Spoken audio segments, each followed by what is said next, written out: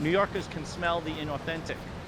When you try too hard, when you have corporate identities that try to make a better burrito or make a better egg roll, New Yorkers can smell the inauthenticity, and we can't have New York City be an inauthentic place. How about the camera? How about the camera? Are you kidding me? I'm in an interview. Move on.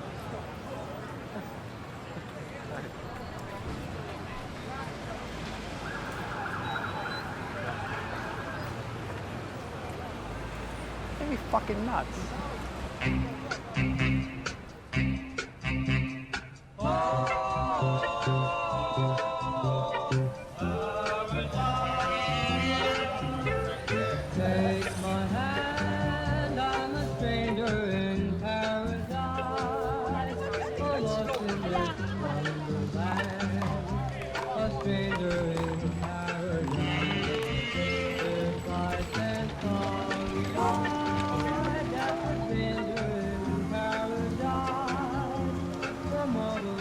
My name is Jan Lee. I'm a third-generation Chinatown resident.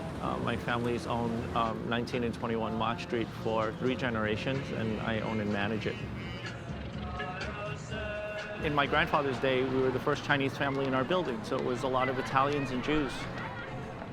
My father and his sister opened up Lonnie's Coffee Shop, which was very, very famous. It was a hamburgers and cheeseburgers and no Chinese food, but it was a great hangout for young Chinese Americans and Italian Americans and Jewish kids from the neighborhood. Hi, how are you, doctor? Good to see you. Well, this Chinatown in New York has always been a gateway. And it's a gateway to millions of immigrants who continue to come here. All of our families really were adding their small part to building New York. One of the oldest businesses in Chinatown is across the street from me. Our friends at Wing On. My family and their family have been across the street from each other for 100 years, so we know each other well.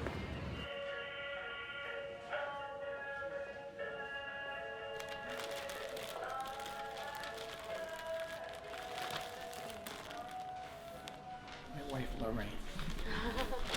Did I mention about the American dream that I live? Well, she's the girl next door. Oh my God. Not in New York, Oh Chinatown. my God. On the Jersey Shore. Wow. Summering. Summer. Yeah, Wow. summering. Jeez. She didn't like it. She gets embarrassed when it comes. You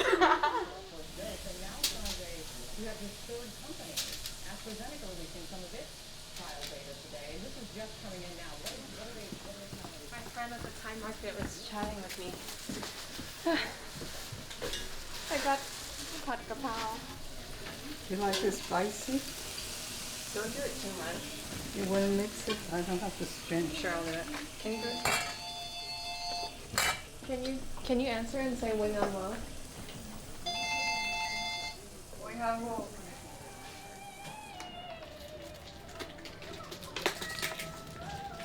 Why they put so much scotch tape into one?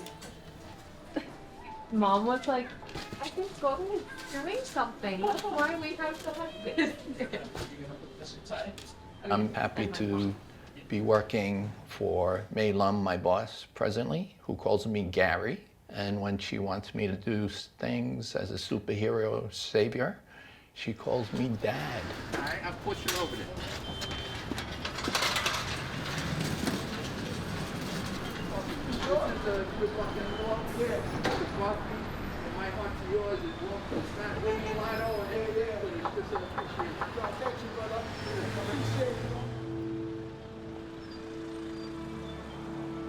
May, out of all the other fifth generation family members, had the most connection with Grandma and Grandpa. And she was the most inclined to take the bull by her horns to keeping this legacy continuing on. My view on Chinatown has always been through the storefront windows here at Wing On Wo. What makes Chinatown special is the strength and resilience of everybody here, of opening up shop every day, walking up, 5 flights of stairs in their tenement building to go into their apartment, These storefronts, these legacy businesses holding all of these memories over the years and decades to stay here and really dig in and build deep roots here.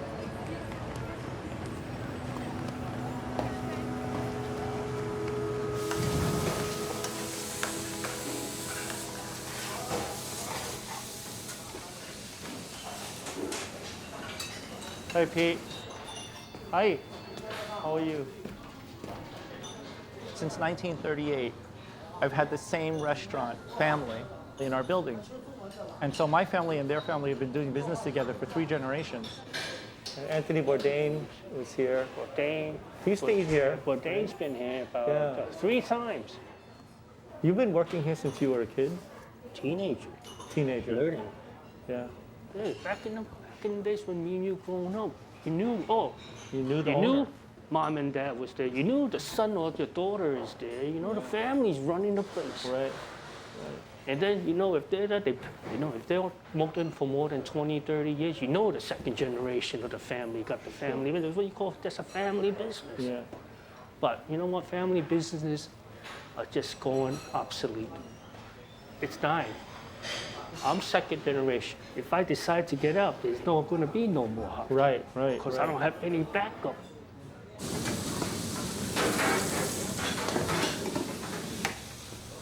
So are you fully staffed? Do you no way, right? No way. I only have I used to have 13 waiters. Yeah. I only got 5. Wow.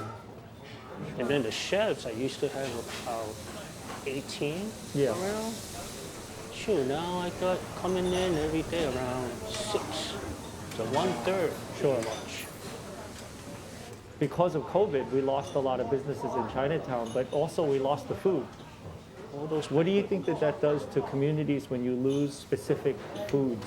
Like, there's certain foods like you and I grew up having Yeah, that you can yeah. only get in Hapki, Yeah. right? So there's Yeah, certain well, foods that you can certain get in foods- certain restaurants. Well, from what I see, if you lose your neighborhood local foods, you're gonna lose your neighborhood.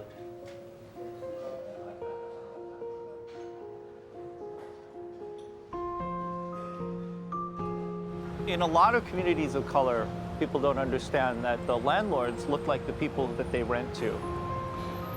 They rely on me for trust that I'm going to continue to renew their lease, and I rely on them to be able to pay their rent at some point. Part of the building of the city is also renting to businesses that are contextual to our neighborhoods. They're really what makes up the beauty of New York. If you think about New York City Chinatown and where it's located, we're basically neighbors to a lot of very wealthy and affluent neighborhoods. That really makes Chinatown a neighborhood that the city wants to take back, to build up, to develop, and become a place that they can make a lot of money off of. I'd be around to see them.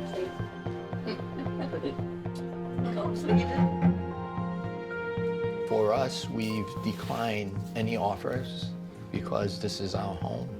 And this building, this store, the life we've lived here, it's like the living, breathing organism. Our situation here in New York City's Chinatown is not unique. I think a lot of Chinatowns in North America are confronting a lot of similar challenges.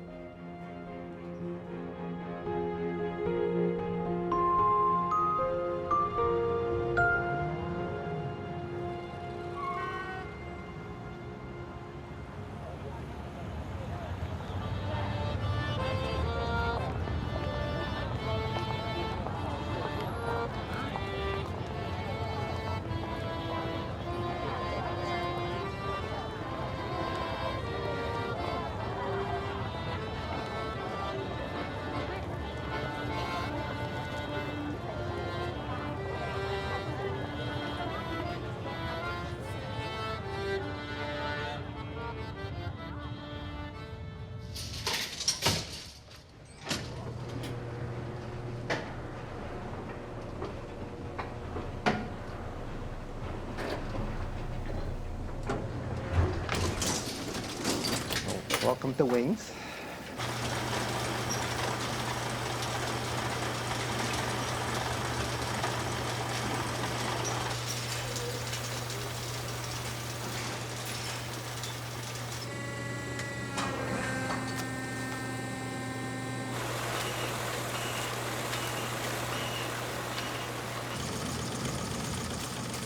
Originally, fortune cookies were first invented actually in the States. My father, he went to San Francisco and he saw the first version. He says, I'd like to bring that up here. So we were the first to do bilingual fortune cookies. What's your favorite one? I like Chinese food.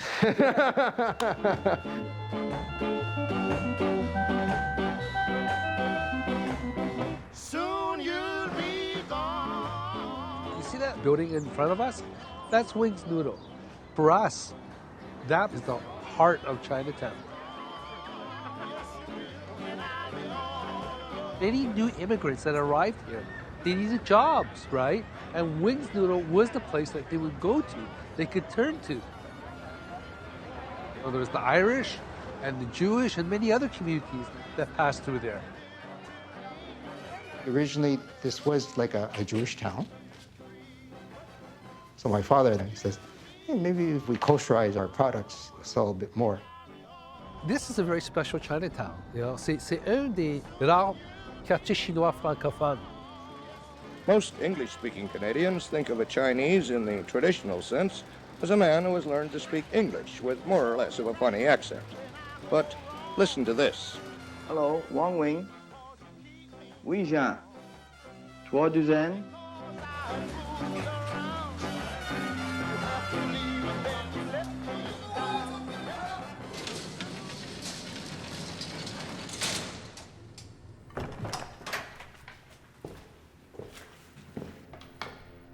We used to play here, we used to eat here. You know, there's so much that goes back.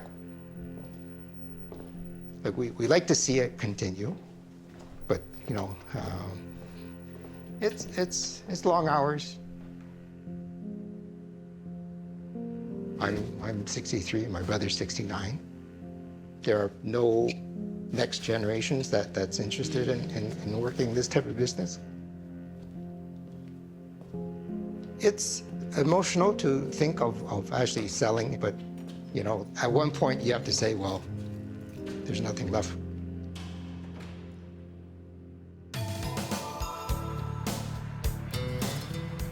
Depuis 30 ans, le quartier chinois a perdu les 9/10 de sa population. La construction d'édifices à bureaux et du palais des congrès également a chassé les Chinois de leur quartier qui devient en fait presque inhabité quand les restaurants ferment.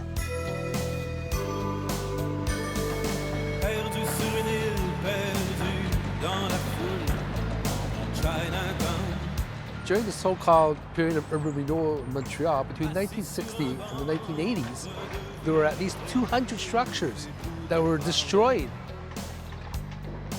Ce qu'il faut présenter à des gens qui nous viennent, c'est de leur montrer le vrai visage de Montréal. When they built Guy Favreau, they took out like 1/3 of Chinatown. Ça va faire quelque chose de très intéressant qui va raviver le centre, le cœur de la ville de Montréal.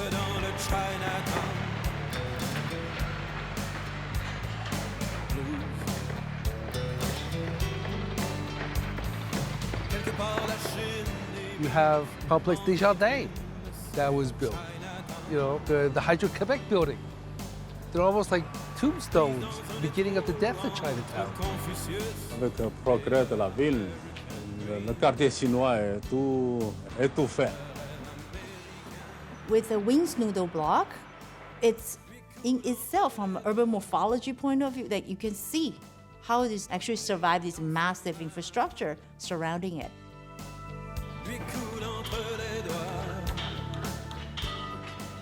As you can see, everything else is being developed around Chinatown.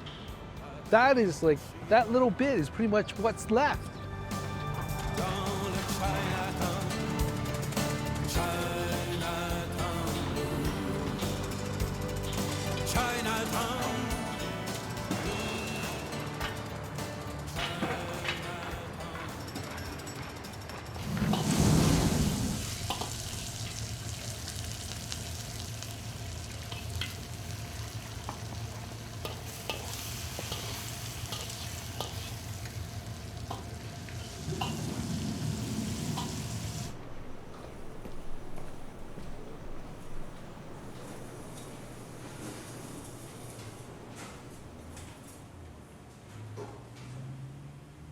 Now it's empty everything. We had 1 year, no service. Before the COVID, we don't have too much takeout because the people like to sit down at dining room. Just a feeling. They like the feeling.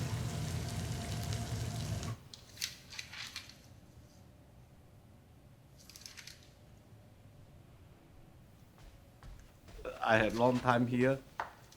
I want to keep it. But the rental go up, we cannot afford, we close.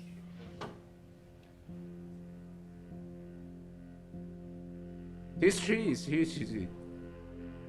So let the history go. Let the history go. Maybe in the future, another new Chinatown.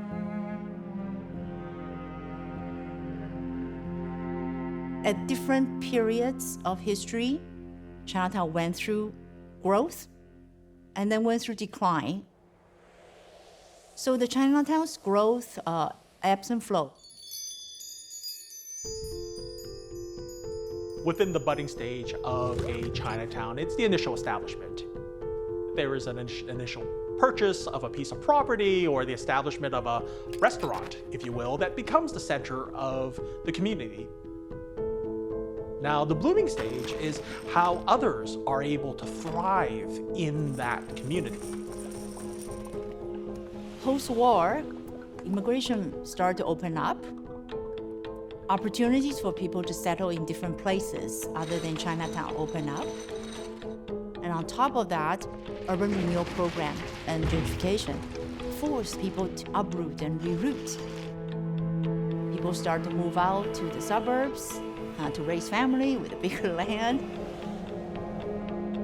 So the sense of what is an ideal household place started to shift.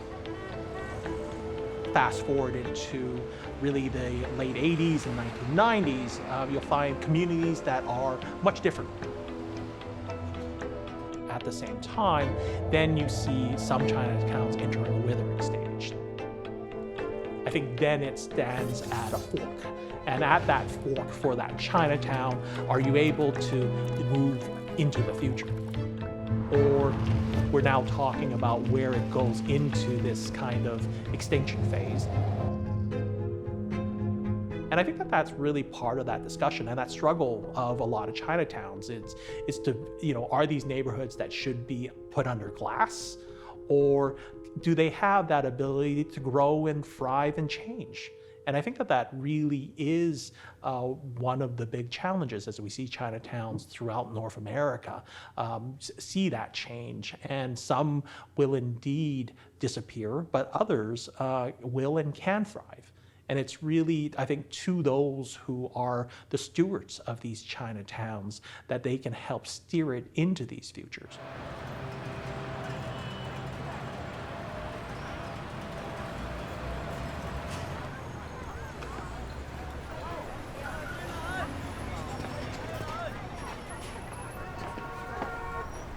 Buy 咩理由嚟？買個鑊。點樣？想買呢個鑊？係。好。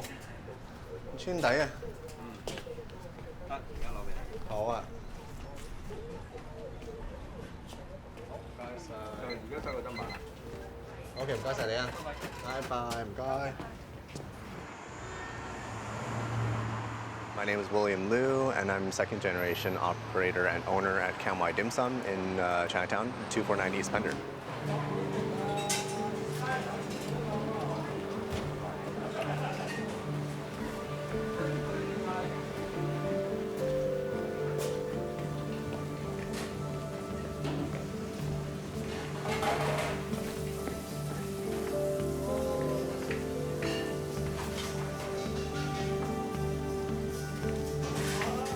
Dim sum literally means a touch of heart, and I do believe that every morsel that we create in our kitchen is a bit of love.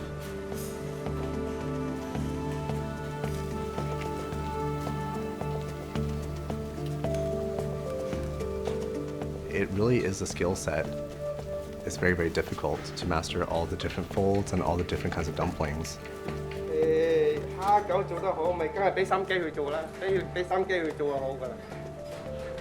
都係啲師傅教啊，叫做師傅冚。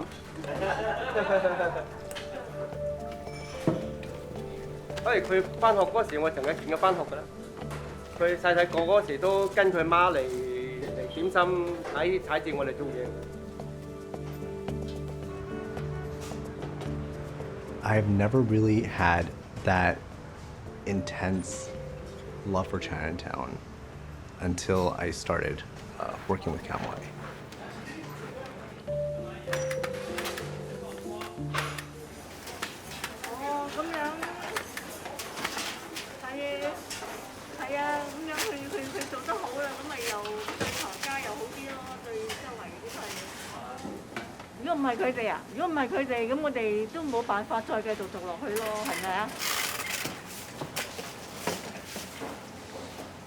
Throughout 20 university years, my dad was going through dialysis. He has kidney failure.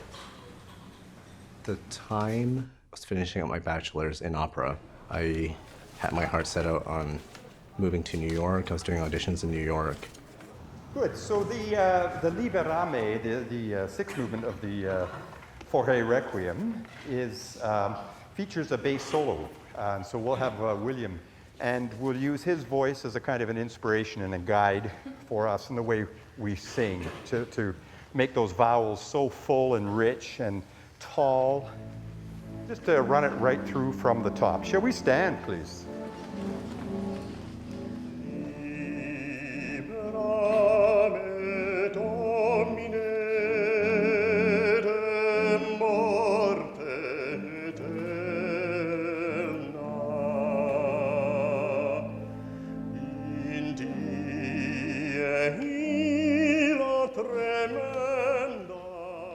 In the back of my mind, I knew that if anything had happened, I would come back immediately. And during my audition, my dad had the opportunity to get a kidney transplant. So that's when I decided to take over the family business.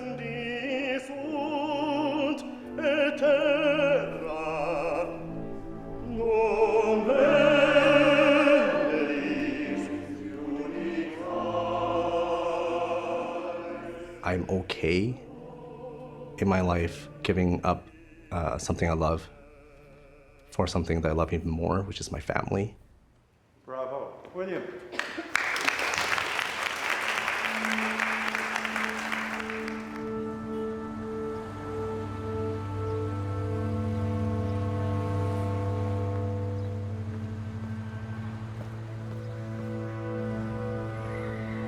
You know, the neighborhood, the community here is in a dire situation.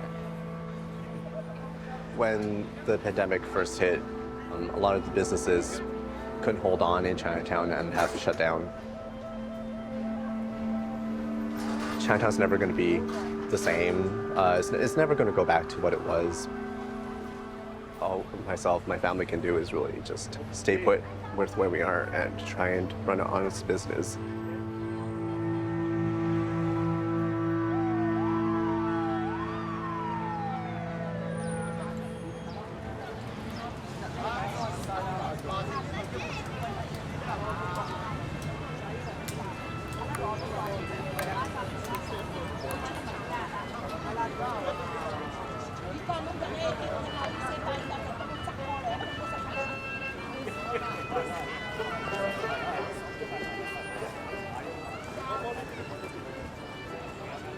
A few feet away from the park is where the city wants to build one of the largest vertical jails in all of the world.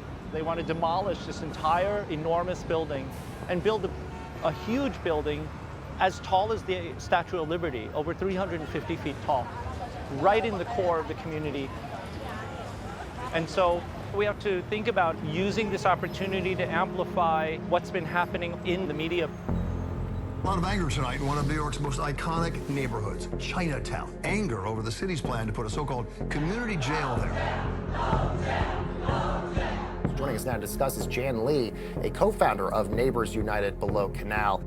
Since 1838, we've watched jails on that same location be torn down and built up again, and torn down and built up again. And every time that they built one, they built them bigger. And every time that they built one, it was rife with more problems. There has been a pattern of dumping on not just Chinese communities, but dumping in Harlem, dumping in East Harlem, dumping in the Bronx. And why is that? Why do we live among the largest carceral footprint of the entire East Coast of the United States? It's because Chinatown was never a desirable place to live to begin with. That's how it was designed. It was designed to corral Chinese people into an undesirable area. We're looking at facing years of demolition, years of dangerous construction, years and years of toxic dust that's going to be raised. Across the street from the jail, there's hundreds of people. On the jail campus, there's a senior residence. It's low income. Those people cannot leave. We will not survive 10 years of construction. The businesses, the community will not survive. We come here to protect our community from you,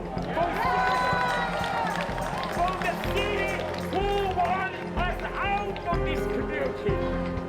That's what you do it. This is really a battle for the soul of Chinatown, not only here in New York City, but throughout North America.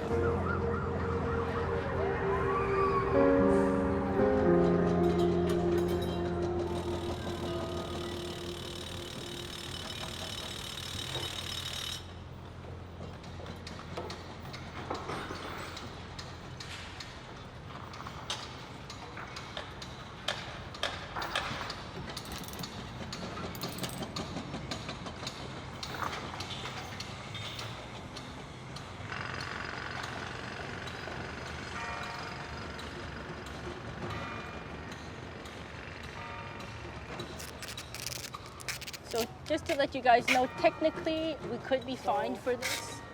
We have to maybe do more fundraising.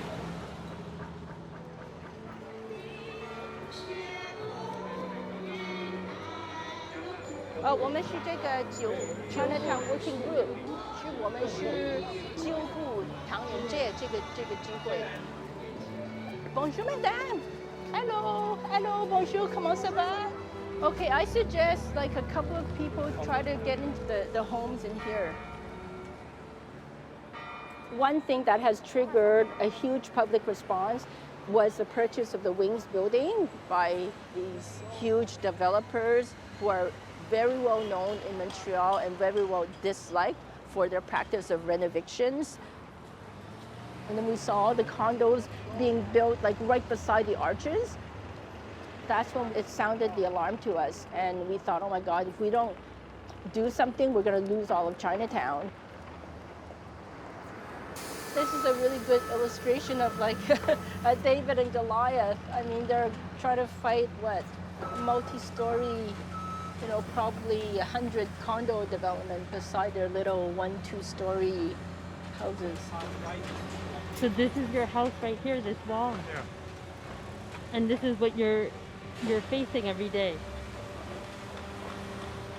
So close, eh? Full of gas here. We're asking today why Chinatown matters at a time when it seems to be facing some existential threats. People who care about Chinatown say they are worried. Now the developer is looking into purchasing connecting buildings. We think that they're trying to like merge several plots of land into one huge development project. The whole block is going to be taken down for condo development. My fear is that my home is going to be destroyed. In the face of all the economic pressure due to COVID, due to anti-Chinese racism, developers, they come in, they prey on all these type of vulnerabilities. And if we don't fight back, if we don't organize as a community, that's how we're going to lose everything.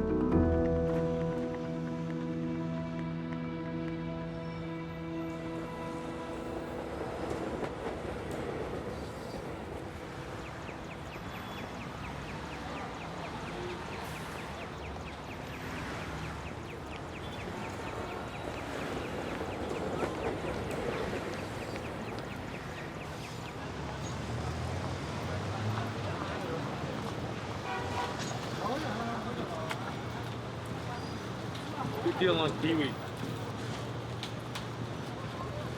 Chinatown has been through a lot of changes over the years and is still going through a lot of changes. T&T just opened up yesterday. There's all kinds of development pressure in the community.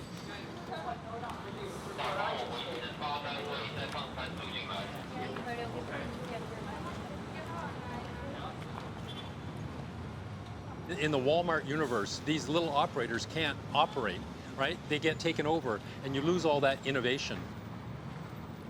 And that's so important for small immigrant communities, for people trying to start out. Chinatown is the stepping stone into Canadian society. A lot of business owners have like thrown in the towel. They're like, I can't take it anymore, give me an offer, right? I understand that. If governments don't support these kind of small neighborhoods, it's a disaster long term. The whole idea that you can move immigrant communities out to the far distant suburbs is absurd. It's not sustainable for climate change. It's not sustainable for people with low incomes. We need living communities downtown, and if it's not supported, it'll disappear.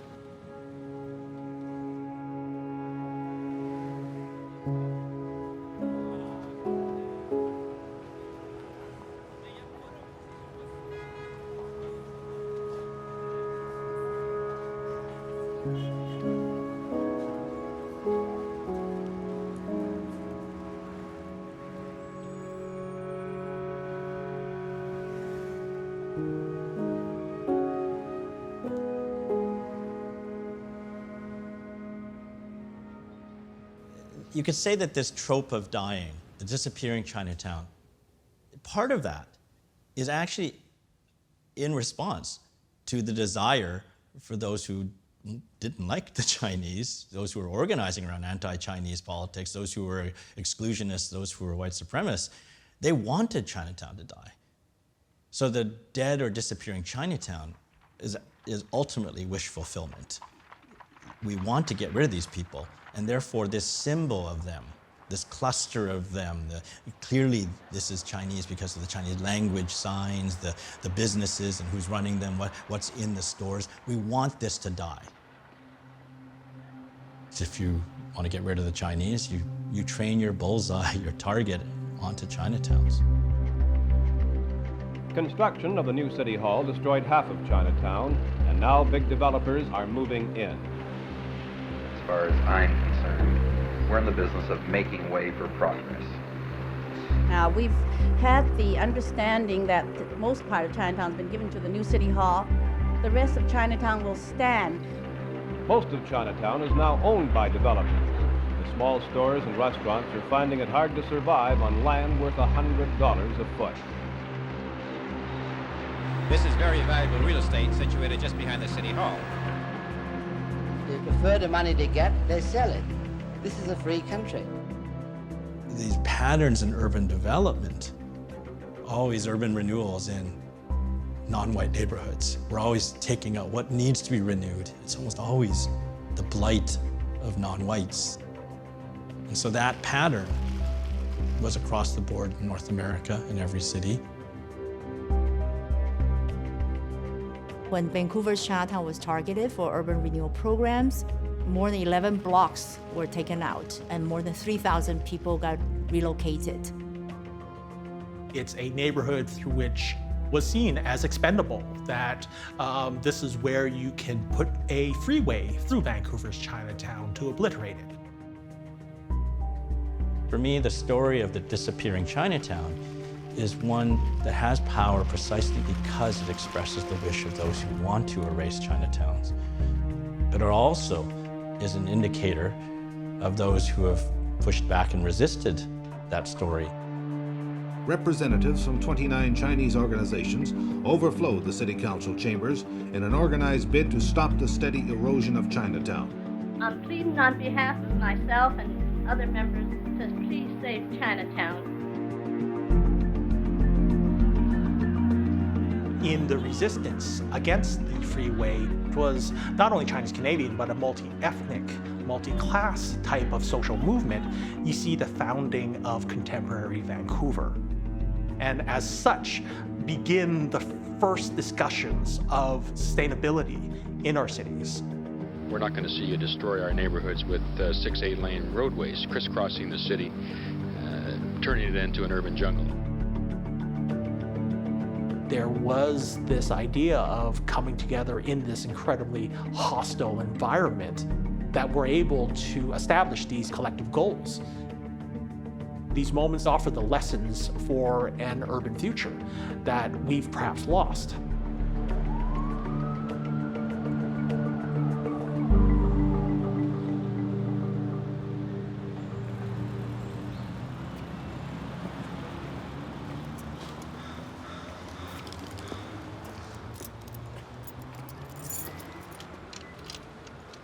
Oh, there's a bit of a lineup.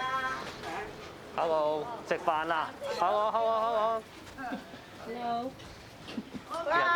Hello, 你好。有冇紅蛋食啊？未啊，好快啦，好快啦。日都係咁講啊！你個衰嘢，你真係。我影緊你啊！係啊係。影我做乜啊？快飯好。話唔見你兩個。好好。我耐咯。係啊。台山話講得幾靚。好啲啊，好啲啊。靚仔啊嘛。係啊。係靚仔啦，哦。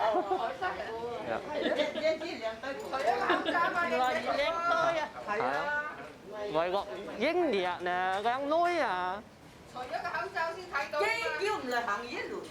見咩來個？佢先來嘅，就要空手嚟咁你。Yeah, so my great aunt, grandmother, and grandfather all lived in the building at one point. I always like to highlight this. Oh my God. Because like, there's no one has this view. And I mean, to think that they were going to put a freeway through this neighborhood, like, where do you know where it was going to Oh yeah, so you can see the road there. That would kind of go all the way across into downtown. 6 years ago, when I was looking to buy an apartment, I was looking at a place in Chinatown, and my mom started bawling. Like, she's like, "Why would you do that to us?" Or like, do you not consider our thoughts and feelings? Why would you want to go back to Chinatown? And I remember that still sticks with me. That, you know, they fought so hard, like worked so hard to get out of Chinatown, because Chinatown's still really seen as that place you came when you first immigrated, you know, but you made it by leaving Chinatown. And it's always seems to be, you know, struggling. You know, I think that's like this age-old story always. But that kind of echoes back to, you know, the formation of Chinatowns, right? Because they settled here because they couldn't settle anywhere else. Like, if you were, you know, at the margins, Chinatown was where you came.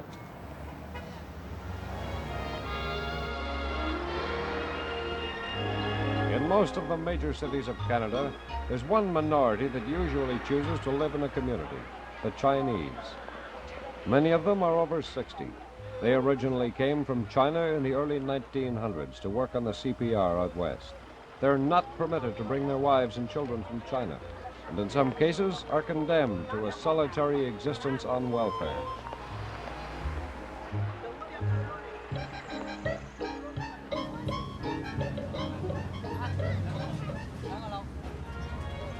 I first got involved with Chinatown after I graduated from university in the 60s, early 60s actually. My grandfather was here to build a railway. And after that, he brought my dad over and paid the head tax. What was surprising when I first arrived in Canada, you know, most of the people were men. There were no children and no women. My dad married my mother in China. I was born in China. Because of the Chinese Exclusion Act, my mother and I did not come over until 1949. I was 14, so I have never met my father before that. They passed a lot of exclusionary laws. Immigration exclusion, you know, head tax, made it punitively expensive to come here. My grandfather used to bring me down here. There was still a lot of the what we call the wakyu, the old-timers, these men who had spent most of their lives without family, without women. He was, in essence, sharing me with these men who just didn't have kids, didn't have grandkids. And because of the exclusion of Chinese, they ended up spending the last days of their lives only with each other.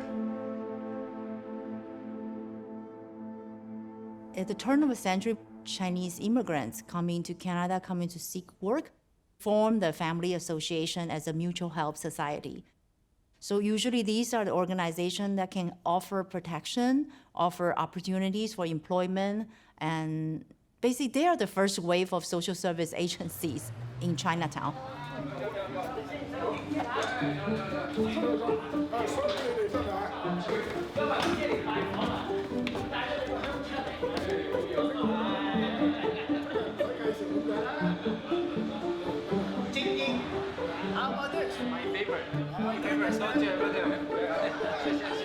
My grandfather.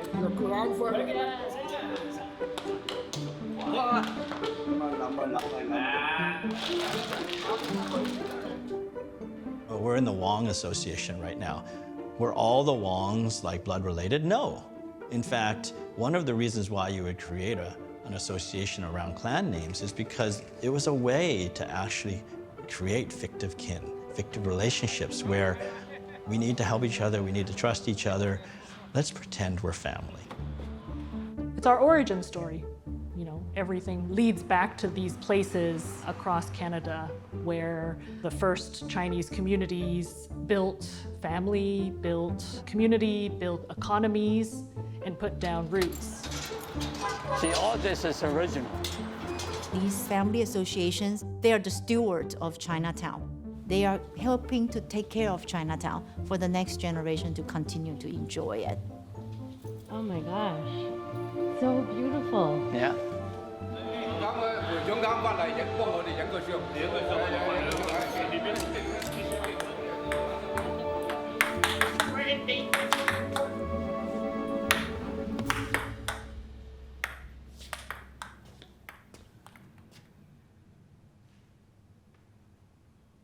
There was a lot of pressure, and still is, for society to sell the buildings. We were approached by one architect. He said he's got $300 million to buy the 100 block East Pender. That's where most of the societies are. Our developer met with me. He invited me for dinner. He said, I have been here for 5 years. I have never been to Chinatown. We don't need Chinatown. And my answer to him was that, for you, may be true. You with your capital, you can go all over the world. But Chinatown is my family. My feeling is that if we sell, our forefathers will roll over in the grave.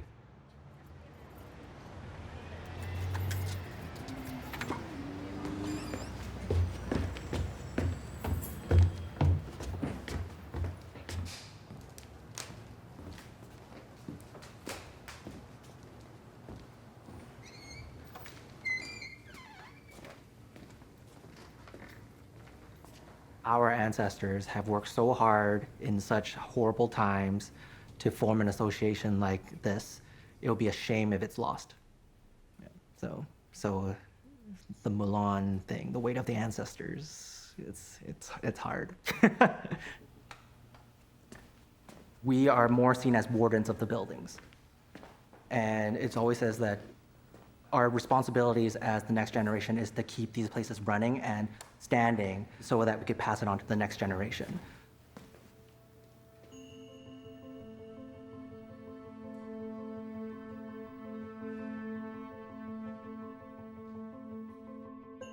Over time, you do see the community come out with different strategies to make sure they can be protected. For San Francisco Chinatown, after the earthquake, the government did try to relocate Chinatown. So Chinatown community at the time, they fought back and they started basically trying to assert a certain strong identity within the city, and they come up with these architecture that's very different, with the dragon post, with the gate to mark the boundary, and it's become the Chinatown architecture. And so that is the community strategy to make sure it stands out, it's unique, it's different, and it's here to stay. I'm not against brand new buildings. I don't think any of us should be against brand new buildings, but creating meaningful places that matter often means understanding how the depth of meaning is amplified by the site. If we want to see Chinatown continued heritage designation, it's a step one, and the heritage need to be deeper than the architectural facade. It is including the intangible heritage inside the building, the activity inside the building, the way of life that we want to protect. 1, 2, 3, 4, 5. All right, it's been a while since we did this.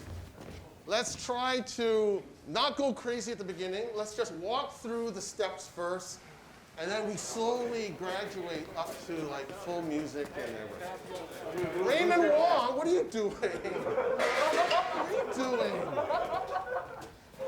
Why is Calvin holding 2 sticks? All right, let's go. Feel different.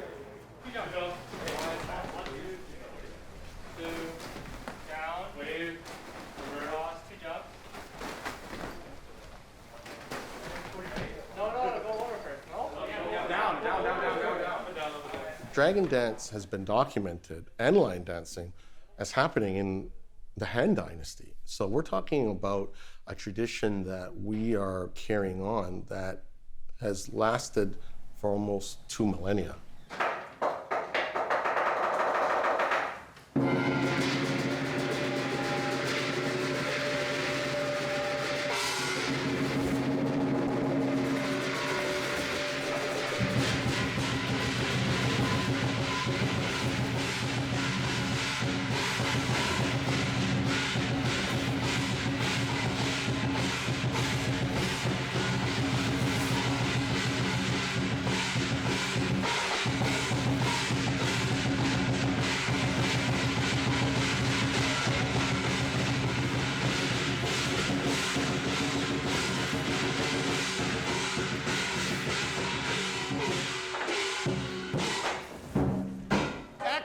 Excellent. All right, let's take a break. Let's take a little break.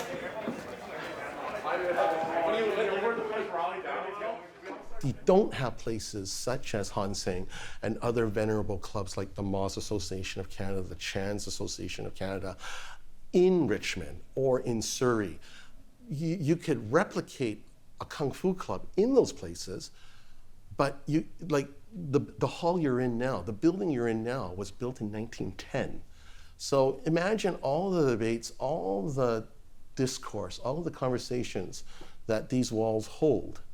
You just can't get that in a new Chinatown. All right, you can go on left. You can go on.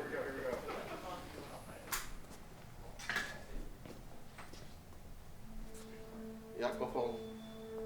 Joy, go home.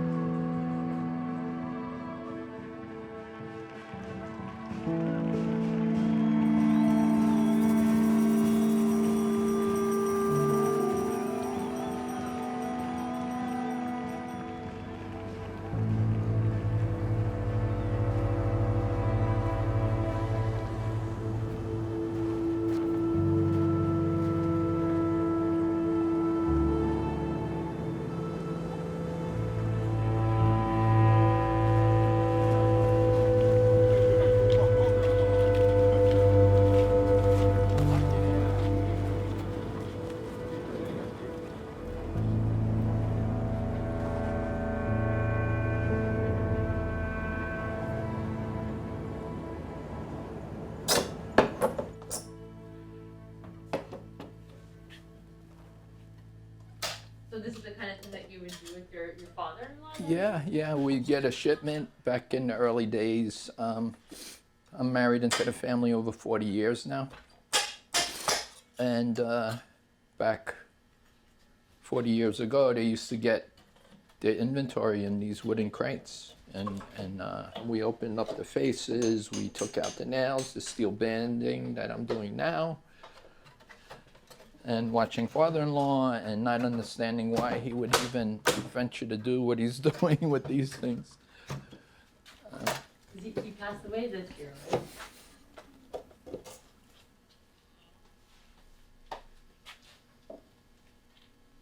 I say his name.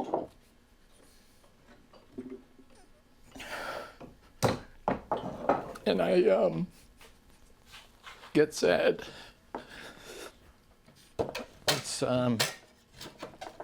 It's crazy. I'm conjuring up my father-in-law as I'm doing this. No, your mask.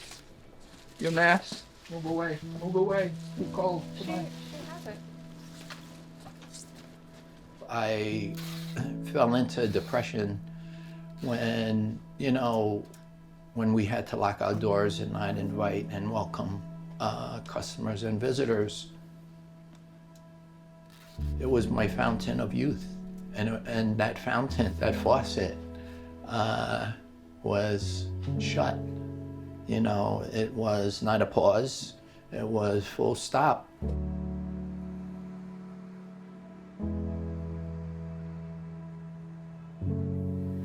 I know that probably no lions are coming out this year, is what I heard.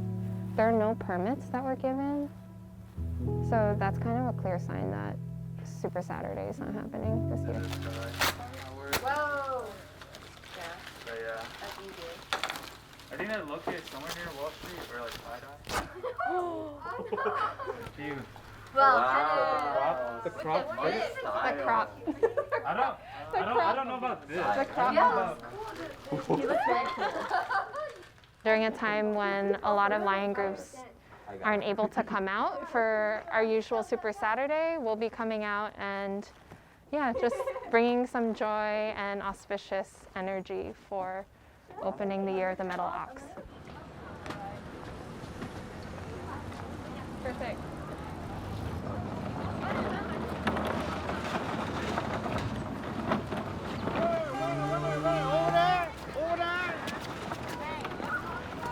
We're outside of Montreal Optical and we want to bless your store with our lion head.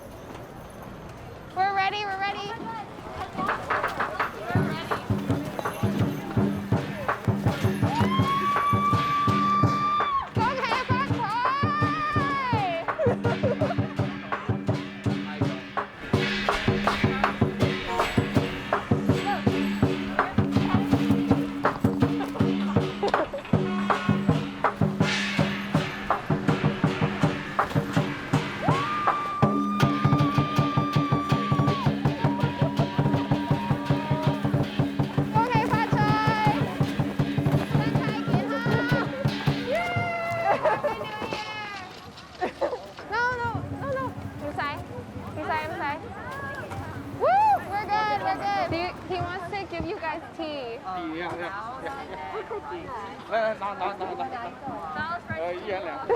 Happy New Year. Thank you, you too.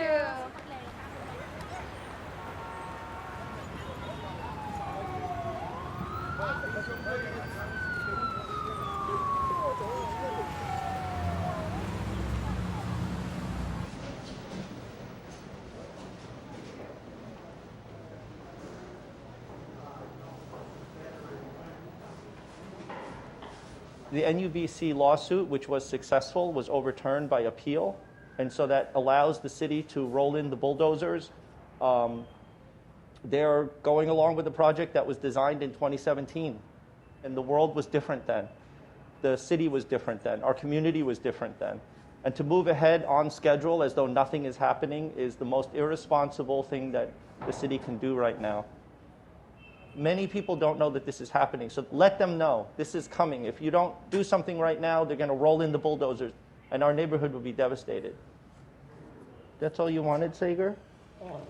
That's it. Just satisfied. Okay. Oh, this is what it. Okay, this is where it's at. Sager is The mascot. Community justice mascot. Yep. Obviously, taking the peaceful route. No new job! No new job! No new job! No new job!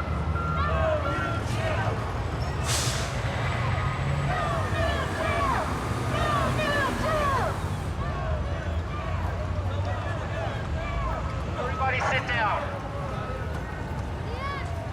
This is what community looks like.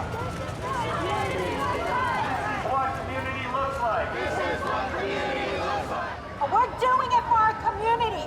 We're doing it for our seniors. Right behind you is a senior living center. We're doing it for them. We're doing it for the residents. New York City Police Department. You are unlawfully in the roadway and obstructing vehicular traffic. You are ordered to leave the roadway and utilize the available sidewalk. No new jail! No new jail! No new jail! No new jail! We do this for our small businesses. We do this for our seniors.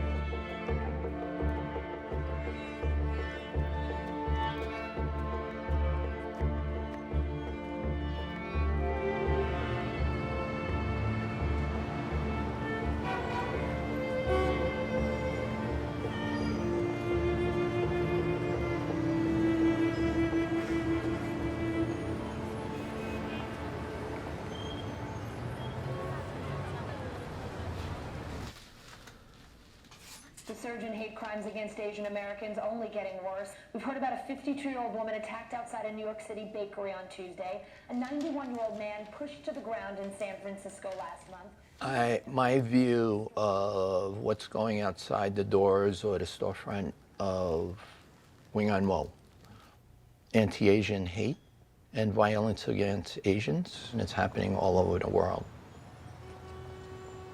We're not always at the forefront of protests or resistance and the question of erasure, but we need to exercise our voice.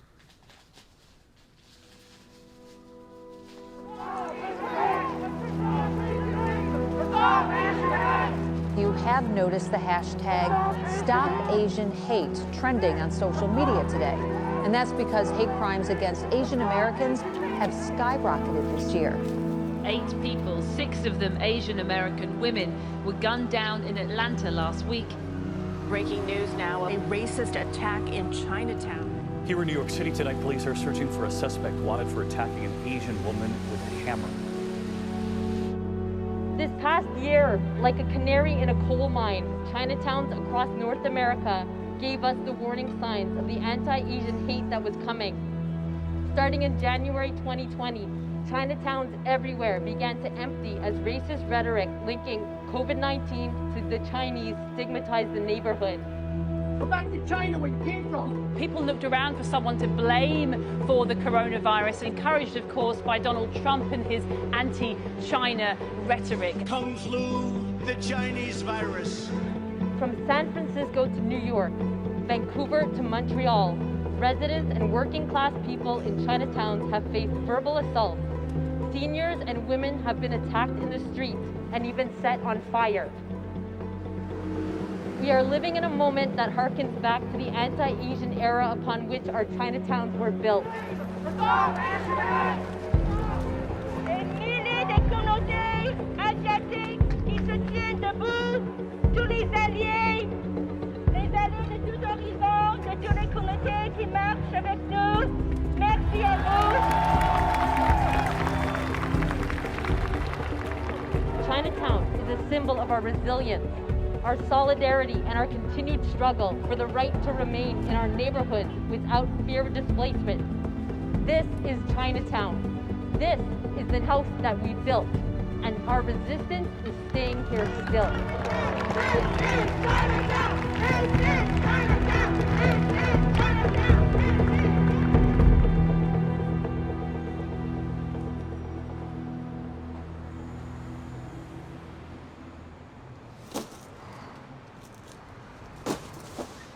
冬嘅？有冇冬字嘅？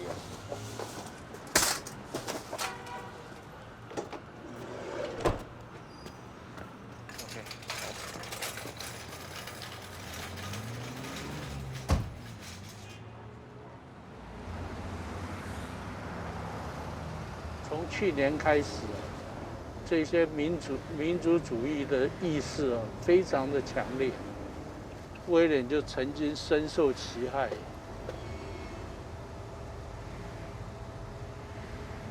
I was doing a delivery with my dad, and there was a truck behind us that was very impatient and honking. He started threatening us with racial slurs and comes out of the car and punches my face. 就感到会害怕。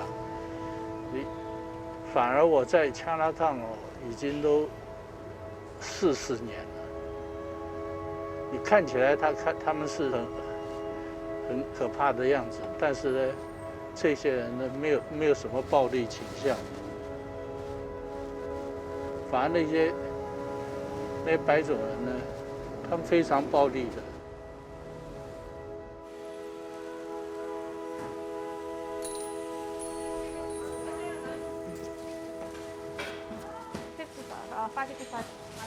Yeah, everyone in the neighborhood, they want affordable food. The seniors are not going to go to a restaurant that have $20 plates to eat, you know? Some of them, they like going around collecting cans and stuff just to get their meals. Like, I have people that come in sometimes and just ask for a bun because they're hungry, and I'll just give it to them. Why not? If we have it, we're going to give it. One thing my dad has always said is you feed the masses, you don't feed the individual. And for us, the masses are the people that surround us. From the downtown east side, we rely on people that live in this neighborhood. Be it you drive a Mercedes or you drive a shopping cart, it doesn't matter to us as long as you are able to have food in your stomach. That for me is what Chinatown's all about. And for me, I guess that's why it's important for us to be here. Yeah, we're not quite into that. You see, start the N.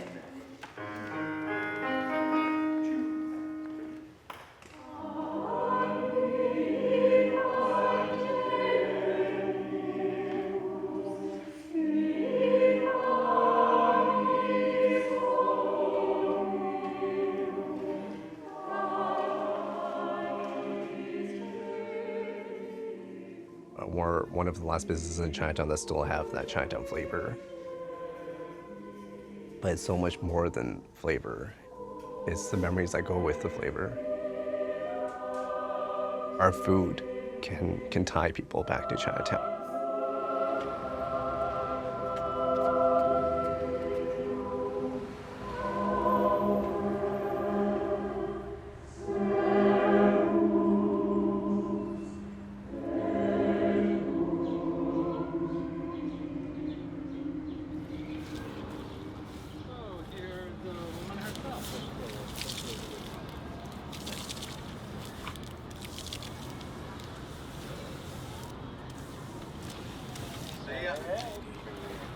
There you go. Lather it up. Oh, we got Meg. Leave extra sauce, okay? Oh my goodness, it's Elaine. We wanted to galvanize some community spirit and just kind of see who's out there and who's thinking about Chinatown. The title comes from an old Toy Son expression. I was thinking of like when I was little with my mom, I would go with her to Chinatown and she would bump into someone and say, oh, Moken Honoi. And I just felt like it was such a deeply kind of emotional expression. So coming to Chinatown, seeing an old friend was like one of the few things that really could reflect her humanity and make her feel like there was a place for her here. You know, one of the people I spoke to today, she said, there is no more Chinatown. How does that make you feel? Come down and see our exhibition. We've got 170 posters here of people that saying, I love Chinatown, this neighborhood means something to me. Hi, Brenda. Come take a picture. Thanks, guys. Thank you. To me, when we talk about back to the city movement. If we can think of bring the community back instead of just bring people back, but bring that community connection to the place back, then if we manage to do that, then the intergenerational succession and planning will naturally take place. We can start to weave back this ruptured urban fabric and expand and grow.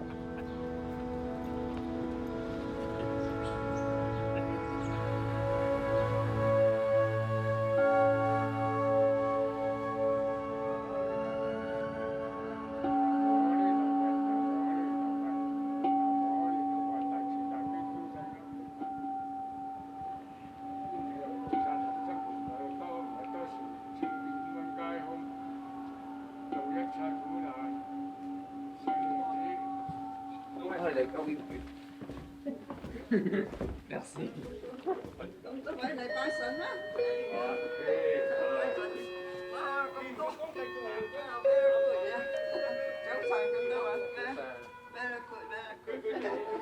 This is my godfather, Mr. Sito. I feel bad. 呢係去新園係咪啊？呢係去新園係咪啊？係啊，我姓司徒嘅。係啊，佢係姓司徒啊。你係姓司徒。我父母喺海皮嚟。你開平啊嘛，係咪啊？赤坎啊嘛，係咪？係啊，我咪赤坎咯。Same from the same village. 係啊。我爺。有得㗎啦，甜甜蜜蜜啊！Okay. Okay, wonderful, yeah. 甜甜蜜蜜 ，OK， yeah. 大家好啊嘛，係咯，甜甜蜜蜜 ，OK。 So all this money is to eventually go to building their new temple. So, but they would like somewhere downtown where it's convenient for the older Chinese population to continue going to. 佢話屋企呢個咧，誒都屋企起，佢話人講怕唔怕啊？ That you better translate, Wilson. Okay, he said yes. He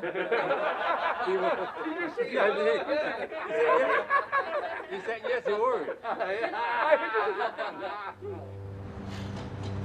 Talking about Chinatown, advocates calling for the city of Montreal to act immediately to protect Chinatown's heritage.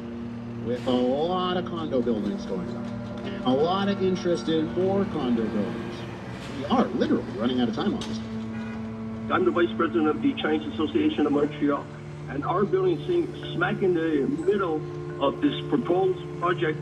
But, you know, I want to make it perfectly clear that our building is not for sale. In a lot of the promotion of those new condo complexes, it doesn't mention it's Chinatown? No. There's not one word, okay, on Chinatown. And that's very worrisome. We're worried about being wiped out. I think a lot of us just assumed that they would never go away. I think that's how we felt about Wings. As soon as it was purchased, the tenant sounded the alarm publicly. He went to the media. Je me suis impliqué dès que mon bâtiment et le bâtiment où je vis a été vendu pour la sauvegarde de ces bâtiments-là. Et je vais être avec vous, mes amis, dans ce combat. One of the tenants discovered some artifact that dates back to over 200 years now. I can't face this idea in my mind that these things will end up in the garbage. That's a big chunk of the history of Montreal and the Quebec histories. So I think this is important. We desperately need to have the government declare Chinatown as a heritage destination. You know, it's in times of crisis that things move the fastest. And so now we're all working together to recognize the entire Chinatown area as a historical neighborhood that is worthy of protection.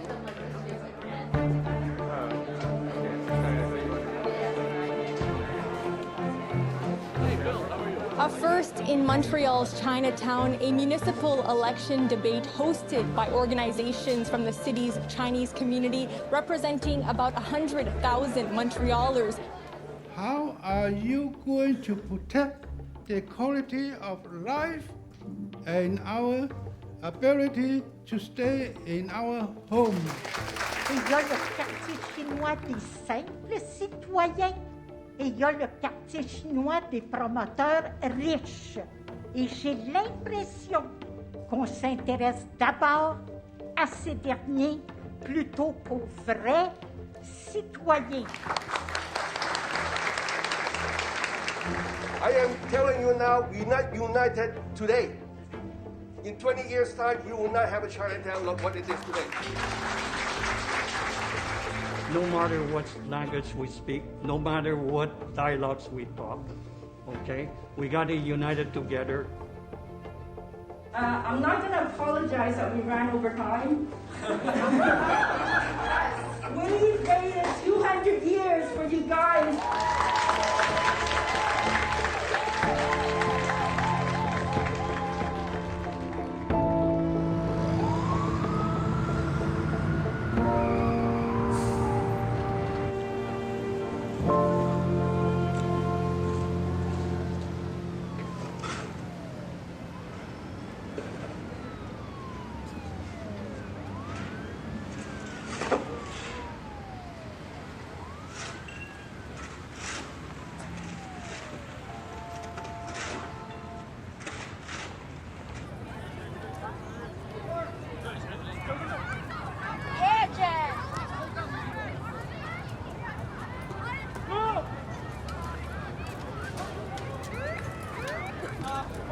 This is Columbus Park, for those of you who don't know, one of the most used parks on the east coast of the United States. 50 feet away from this park is where the demolition of those two buildings is going to take place. It's going to plunge this community into darkness. We are here, we are not invisible, and we're saying no new jail. No new jail! No new jail! No new jail! No new jail! No new jail! No new jail! We don't want no jail here. We're tired of all the violence against our elders, against Asian people. We're tired of that shit. Fuck that. I came from California to help support this. No new jail! This is pretty good, huh? We got a lot of people. Couple thousand, I think, maybe more. We are not invisible.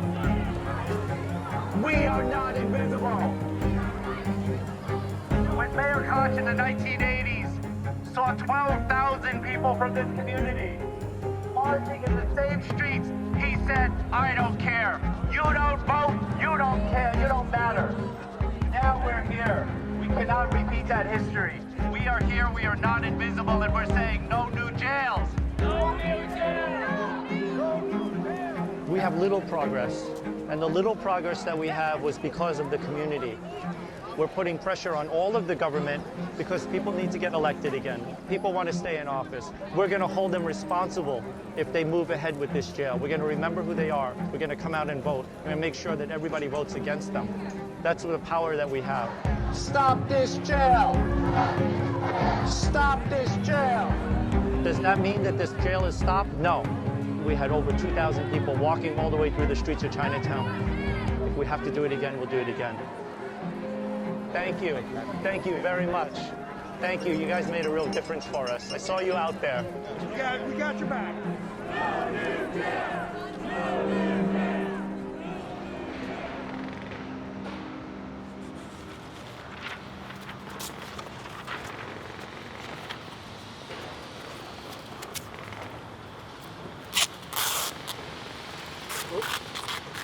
What is this?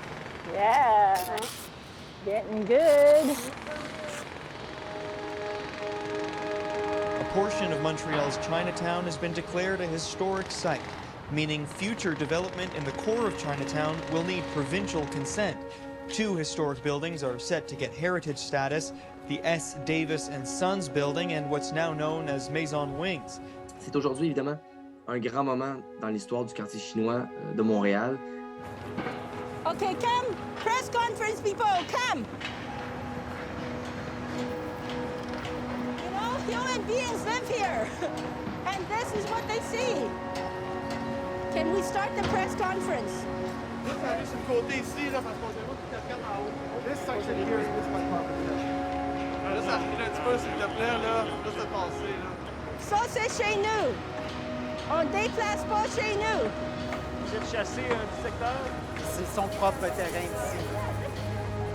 We hope that the interim measures announced by the government this morning that will be put in place will be sufficient to prevent projects such as this disaster from ever happening again. We hope this is only the beginning of full heritage protection for Chinatown, which is composed of both tangible and intangible assets.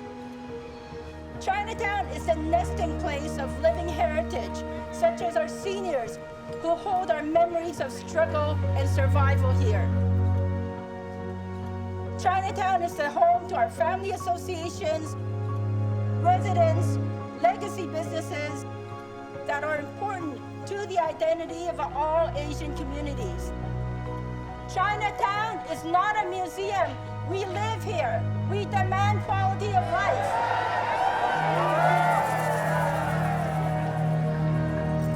We know it's one blood, but it's not over, and we know it's not over, but that's a fucking huge victory, man. Moi, je suis super content de ça. Hey, victory! On l'a eu, mais on est pour vrai. We got them, the fuckers, the developers.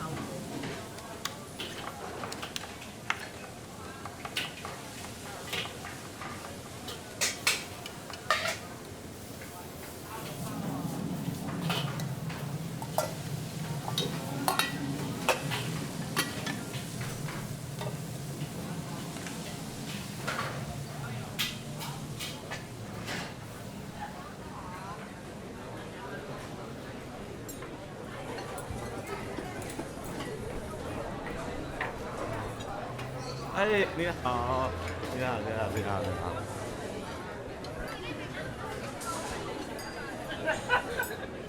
冇咩搶啊？冇炒麵啊？ Today, my feeling is very good. It's the first reopen. All the people have the hope for the future. It's good days.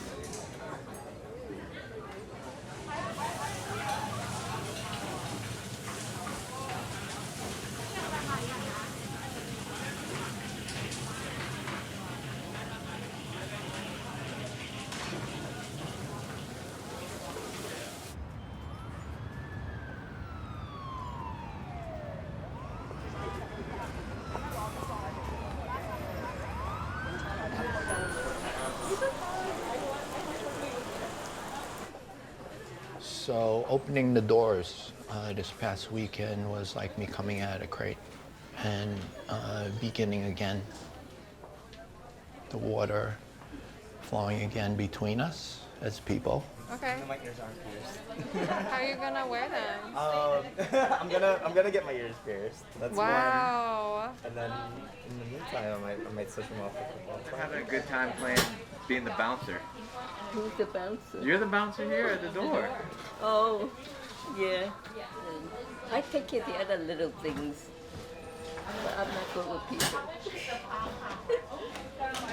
We're at our next stop, Wing On Wo. So this is actually the oldest shop in Chinatown, opened in 1890. So Mei Lam is the 5th generation owner of Wing On Wo, and she really supports like local artists. And she has like an artist resident.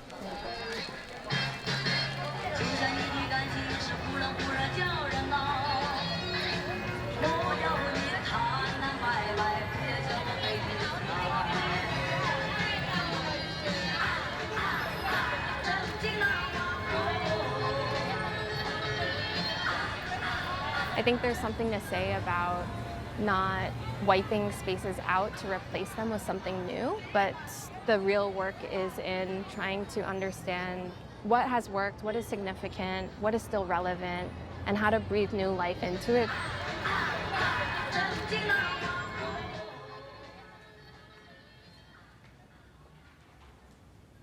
You know, I brought up the conversation about, you know, who would like to continue.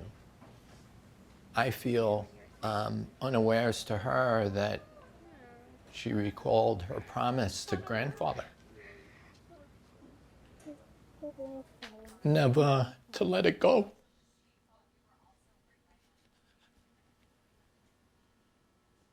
So here we are, continuing. We're here in America, 5th generation Chinese American, and we've developed home here. So nobody's going to kick us out of our house. This is our house. I, for one, you know, don't call it resistance. I call it staying where you belong.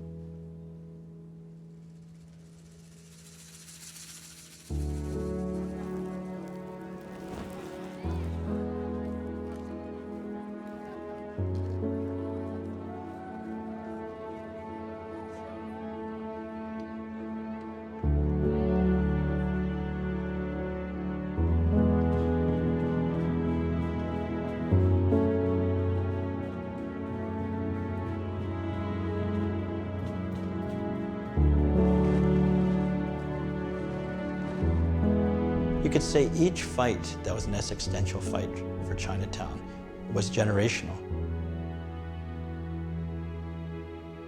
You know, my kids will have to figure out what it means. You know, all our generations to come will have to figure out what this place means. But as long as it's important enough to have meaning, that to me is a reason to fight for it.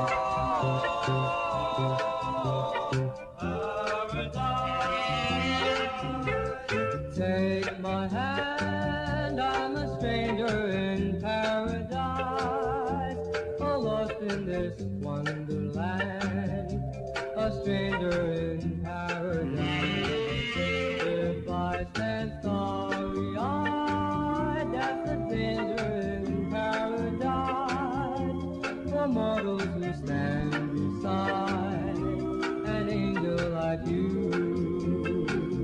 I saw her face, and I ascended out of the commonplace into the air, somewhere in space. I hang suspended until I know there's a chance that you care. Won't you answer this hopeful prayer of a stranger in paradise? For tell him he needn't be a stranger no more.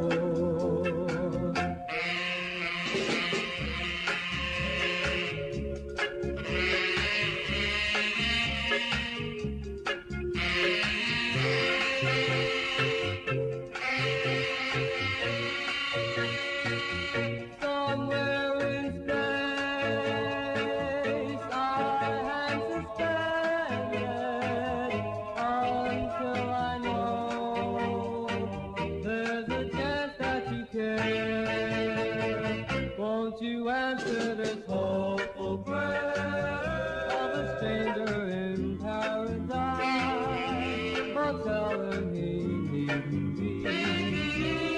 stranger no more.